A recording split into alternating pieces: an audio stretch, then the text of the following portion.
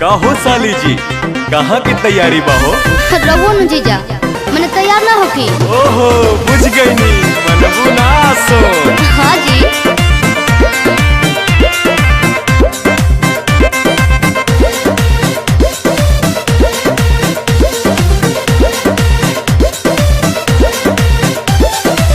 जातारू माई के दर्शन तू करे। हाँ जी। काहे के लगलू है साजे सवारे।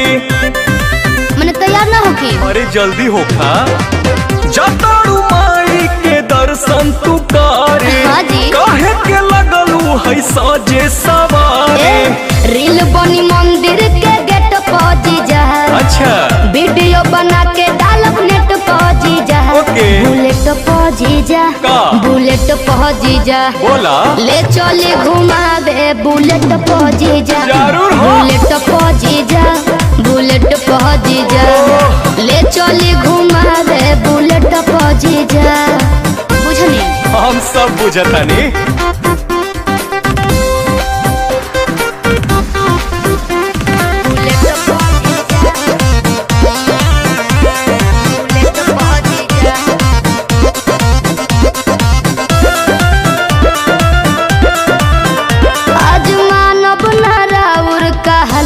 जीजा सूट पहन के तैयार बनी ललका जीजा। अच्छा ठीक बा। ए जीजा जी सुना, जौन कहबू खाए के साली उ घर ही लिया दे हबो। अरे ना जी। डेयरी मिल्क कहा चॉकलेट तू पैकेट खिया दे हबो। मानम ना हम चॉकलेट पा जीजा। अरे चाउमीन चाट के प्लेट पा जीजा। बुलेट पा जीजा। का? बुलेट पा जीजा। बोला। ले चले घुमावे बुलेट पा जीजा। आहो। बुलेट पा जीजा। का? बुलेट पा जीजा। ले चले घुमावे बुलेट पा जीजा। अरे भागत काहे बनी? अरे कहाँ भागतानी।